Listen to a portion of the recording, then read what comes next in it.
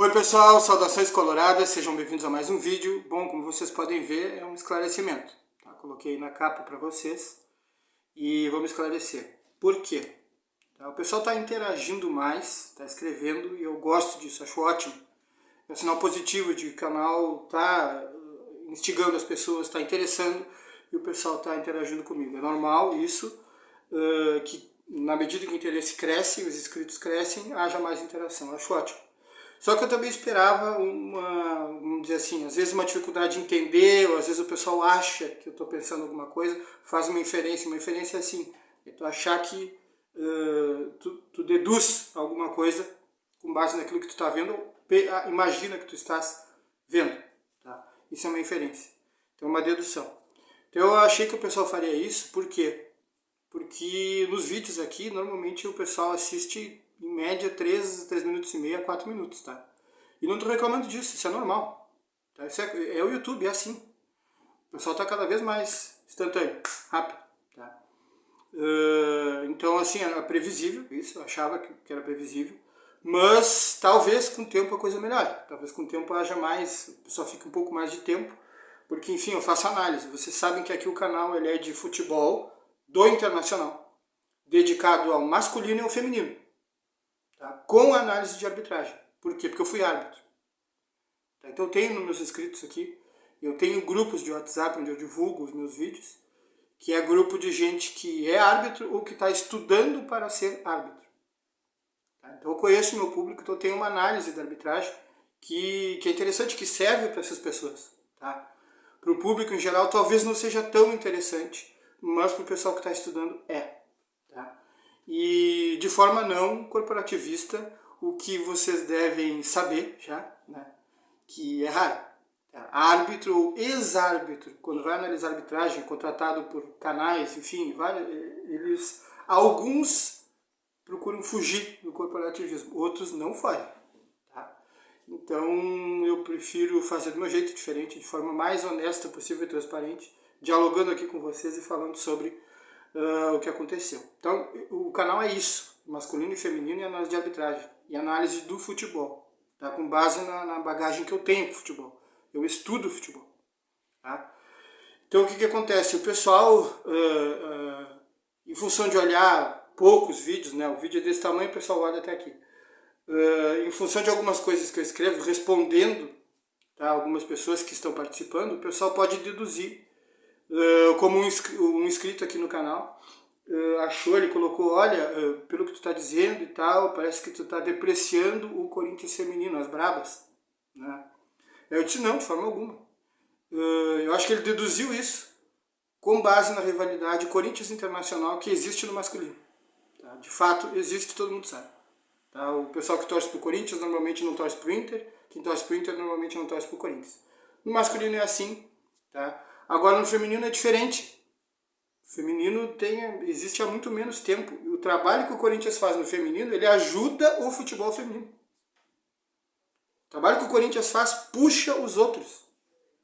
Tá? Isso que o Corinthians pegou e saltou na frente, tendo boa comissão técnica, tentando fazer o grupo mais forte possível, buscando patrocínio, buscando se viabilizar, ou seja, primeiro eu invisto e fico no vermelho, tá?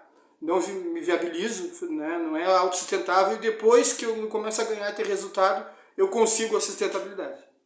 Tá? Então o Corinthians ele chegou num patamar que eu acho que ele consegue se manter. Pelo menos algumas informações que eu tenho visto dão conta de que é assim. Tá? Então eu gosto, por quê? Porque eu gosto de futebol feminino. Eu gosto de futebol feminino.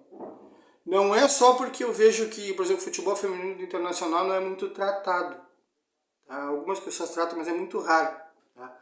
Não é só por isso, é porque eu gosto. Eu assisto futebol feminino desde os anos 90. Eu vi Cici, Roseli, Pretinha, a Meg jogar no gol, Kátia Maranhão, esses jogadores eu vi. Kátia Silene, que veio um pouco depois. Depois a Marta, a geração da Marta é posterior. Tá? Cici, Roseli, Pretinha, essas jogadoras aí, hoje elas estão com 50 anos. A Duda Luizelli, do Internacional, fez parte desse grupo aí, jogou com a Formiga. Tá? Então, eu assisto futebol feminino há um bom tempo, eu gosto. Tá? Eu vi o crescimento que houve no futebol feminino, tá? Tático, técnico, tá? As jogadoras estão crescendo em altura, em força, tá? Já tem uma geração nova de jogadores aí que está se selecionando por isso também, por altura e força. Nós já temos goleiras acima de 1,80 m, coisa que antes nós não tínhamos, tá? Porque não tinha tanta jogadora à disposição. Tinha tanta gente querendo jogar, agora tem mais.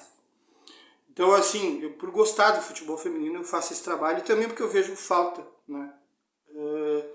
Então, assim, o futebol feminino é como um bebê perto do masculino. Tá? Ele tem bem menos tempo de existência, ele foi todo trancado, né? Ele era intermitente, abria, fechava, abria, fechava, abria, fechava. Não tinha continuidade. A partir de 2017 teve continuidade. Tá? Então ele é como um bebê. Tá? Que algumas pessoas têm preconceito, não gostam, e outras pessoas gostam, apreciam, dão leitinho, dão bons cuidados e querem que ele se desenvolva. Tá? Eu estou entre esses. Tá? Então eu sou pró futebol feminino e assisto. Tanto que vocês veem aqui no meu canal as análises dos jogos. Tá? E por causa disso, eu vi que realmente o jogo feminino ele é diferente, ele é interessante, porque a técnica e a tática elas podem fazer perfeitamente, se desenvolver muito bem, mas é um jogo com menos choque entre as jogadoras, tá, do que o masculino. As jogadoras têm um pouco mais de tempo para pensar na melhor jogada. O campo para elas é um pouco maior, o que eu acho legal, porque me remete um pouco ao futebol old school, onde a técnica falava mais alto. Tá? Hoje um time mais técnico, por exemplo, o masculino, o Flamengo, ele pode tomar ele pode tomar, num campeonato carioca ele pode tomar do Botafogo, do Fluminense, pode acontecer. Tá? Porque a parte física, tática e técnica se iguala, o Fluminense faz um jogo de exceção e de repente quando vê, vence. Né? Então, e é um jogo com pouco espaço, muito truncado, muita falta. Então, para alguns fica chato. Eu confesso que me chateia um pouco às vezes olhar o masculino e me agrada mais olhar o feminino. Tá? Mas isso é o seguinte, então por eu gostar, para que vocês entendam, por eu gostar do feminino, eu gosto do trabalho que o Corinthians está fazendo, porque eu entendo que ele ajuda o feminino. Tá? Então ele puxa os outros. Se não vejamos, o Corinthians subiu e começou a ganhar. De repente o Santos quis investir no futebol feminino. Aí o Palmeiras quis investir mais no futebol feminino, aumentou o investimento e já começa a atrapalhar um pouco o Corinthians, porque no Campeonato Brasileiro último, na fase de pontos corridos, foi o primeiro. Na Libertadores o Palmeiras ganhou, que é a melhor premiação em dólar. O Palmeiras foi lá e ganhou. E o Campeonato Paulista o Palmeiras ganhou. Então o Palmeiras é um dos que está querendo atrapalhar. Então isso é um fato. Tá? Isso não é para depreciar ou degradar ou desvalorizar o Corinthians. Isso é um fato.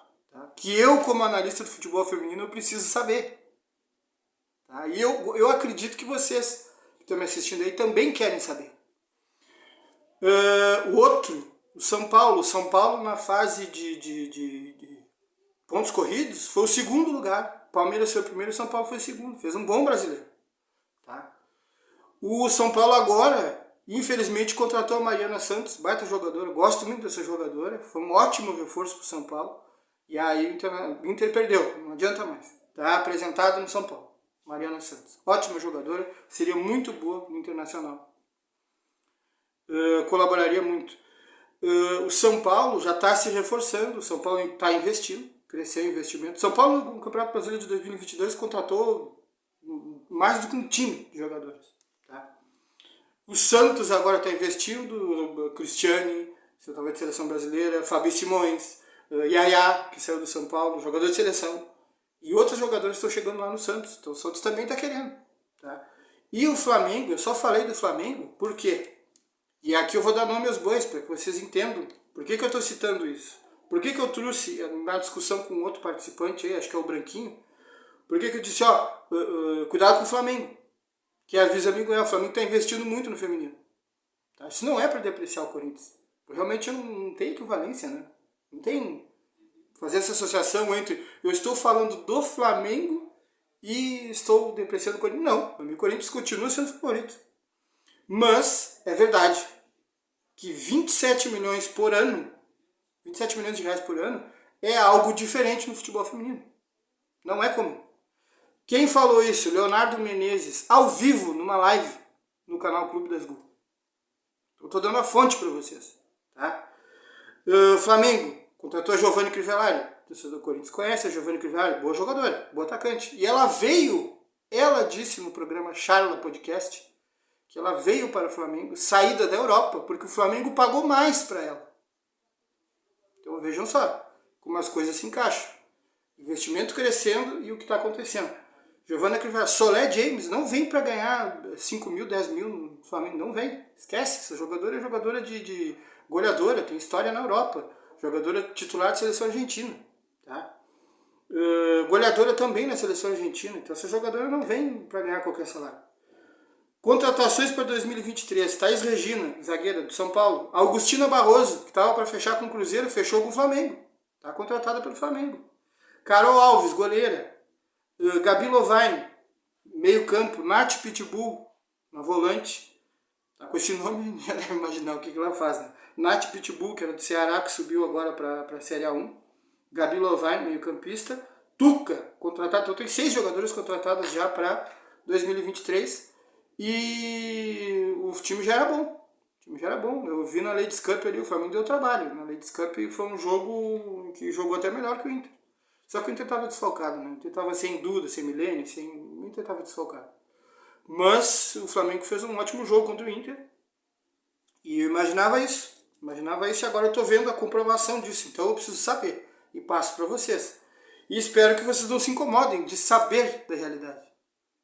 Que não é o mesmo que desvalorizar. Até porque eu acho que o que o Corinthians está fazendo ajuda o futebol feminino.